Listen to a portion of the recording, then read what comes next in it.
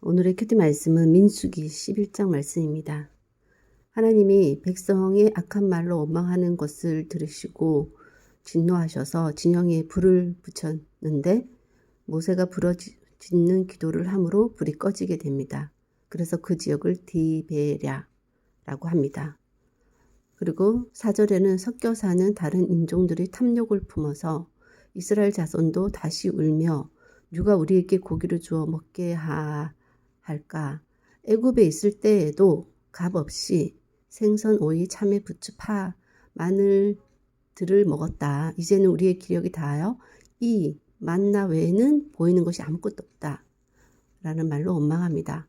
만나는 가시 같고 진주 같은 모양이고 두루 다니며 거두어 갈고 찢고 삶아 과자로 만들어 먹는데 그 맛이 기름 섞은 과자 맛 같고 이슬이 내릴 때 함께 내리게 된다고 합니다.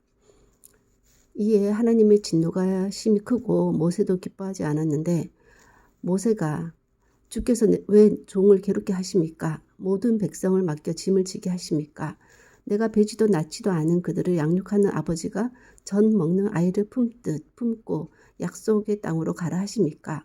이 모든 백성에게 줄 고기를 어디서 얻겠습니까? 책임이 심히 중하여 혼자 감당할 수 없으니 나를 즉시 죽여 고난당함을 보지 않게 해달라고 하고 있습니다. 그래서 하나님은 장로 지도자가 될 만한 노인 70명을 회막에 함께 서게 해서 하나님이 강림하여 모세와 말하고 모세에게 임한 영을 그들에게도 임하게 해서 모세와 함께 백성의 짐을 담당하게 하겠다고 하시고 백성에게는 몸을 거룩히 하여 내일 고기 먹기를 기다리라.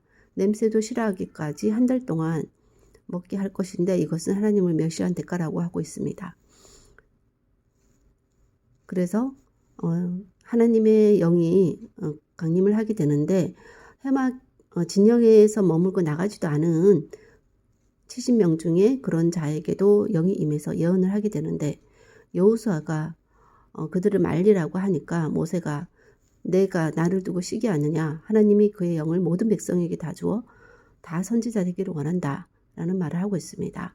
그리고 31절에 바람이 하나님에게서 나와 바다에서부터 메추라기를 몰아 하룻길 되는 지면 위에 내리게 합니다.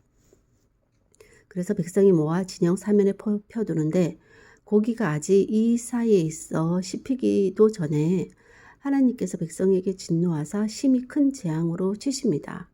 그래서 그곳을 기브롯 핫다아와라고 하는데 욕심을 낸 백성을 거기서 장사했기 때문입니다. 기브롯 핫다아와에서 행진해서 하서롯에 이르러 거하게 됩니다. 오늘은 두 지역이 나오는데 디베랴라고 하는 곳은 불사름이란 뜻이고 백성의 원망에 하나님이 진노의 불을 붙인 곳입니다. 모세의 중보로 꺼지게 되고 또 기브롯 핫다아와는 탐욕의 무덤이라는 뜻으로 이 탐욕은 진실을 왜곡해서 과거를 미화시키고 현재를 감사하지 않게 해서 뿐만 아니라 주의를 오염시키고 결국 자신을 망하게 하게 되는 결과를 낳게 됩니다. 하나님은 어떤 동기에서든 어떠한 불합리한 요구든 다 합당하게 응답해 주십니다. 모세의 불만 기도에도 하나님은 적절히 모세의 말대로 혼자 짐지지 않도록 70명을 세우고 모세가 지금까지 할 수 있었던 것은 하나님의 영이 있었기 때문임을 그들에게도 동일하게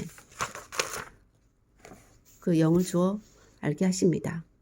원망, 탐욕의 결과는 관계를 해치게 됩니다. 감사하지 않게 되어 가진 것까지 빼앗길 수도 있습니다.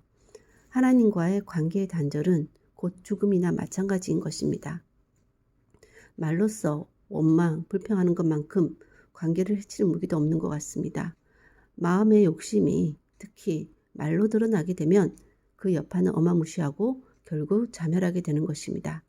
감사하는 마음, 자족하는 마음과 말은 범사에 유익한데 자신도 살리고 남도 살리고 하나님과의 관계는 말할 것도 없을 것 같습니다. 하나님, 오늘은 이스라엘 백성이 그 광야 여정을 모든 준비를 마치고 시작하면서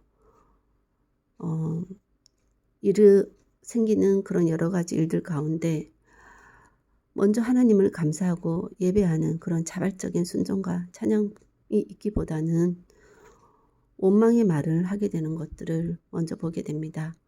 그러므로 또 그에 대한 반응으로 하나님의 진노가 있고, 그 중간에서 모세는 처음에는 중보하다가 나중에는 자신도 그 백성의 원망이 오염되어서 하나님께 호소 아닌 호소를 하게 되는데, 그것은 자신의 그런 지금까지 해왔던 그 일들에 대해서도 어떤 면에서는 부정하는 것이고, 죽여달라고까지 죽는 게 낫겠다라고까지 하는 것은 너무나도 큰 자기 연민이 아닌가. 자기가 지금까지 한 일이 자기 힘으로 한 것이 아닌데 자기가 정말 하나님이 되어서 한 것이냐, 너무나도 스스로를 어떤 면에서는 교만한 모습일 것 같기도 하고, 어떤 면에서는 자기 안에 꼭꼭 감춰져 있던 그런 모습들이 드러나는 것은 아닌가 하는 생각이 드는데, 그것 또한 섞여 사는 무리의 그런 탐욕의 결과로 드러나게 된 것인 것 같습니다. 자신 안에 그런 것이 있든 없든 드러나지 않는 것이 더 좋았겠지만, 어떤 계기로 인해서든 드러나게 되었을 때 또 이것을 잘 처리하는 것이 중요한데, 하나님께 그런 불만 섞인 기도를 한 것은 함으로써 하나님께서는 그 문제를 해결해 주시지만, 더 이상 하나님과 모세와 사이에서도 이전과 같은 더 끈끈하고 특별한 관계는 되기가 좀 힘들지 않을까 하는 생각이 듭니다.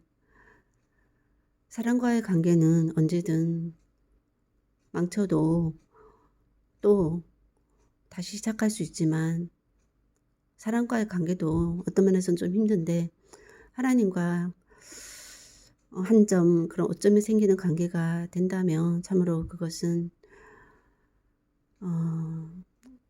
더 후회스러운 일이 아닐까 하는 생각이 듭니다. 하나님께 대해서는 무엇보다 어떤 행동을 하는 것보다 마음에 품은 그런 것을 말로써 표현함으로 말미암아 하나님과의 관계를 해치는 그런 일이 없도록 주의하는 것이 더 필요할 것 같고, 그런 의미에서 감사하고 자족하는 마음으로 그러한 감사의 말을 하나님께 올려드린다면 자신에게도 또 다른 사람에게도 무엇보다 하나님과 관계에서 가장 자신에게 유익이 돌아올 것이라고 생각이 되오니, 매일의 삶 가운데 어떤 마음을 품었든 감사의 말을 할 수 있는 그런 의지가 제게 있게 하시고, 그것이 또 실행되어질 수 있도록 매일의 삶 가운데 격려해 주시기를 원하고, 오늘도 그런 감사의 말을 하나님께 드리는 한 날이 되기를 소원하고, 모든 말씀 예수님 이름으로 기도하였습니다. 아멘.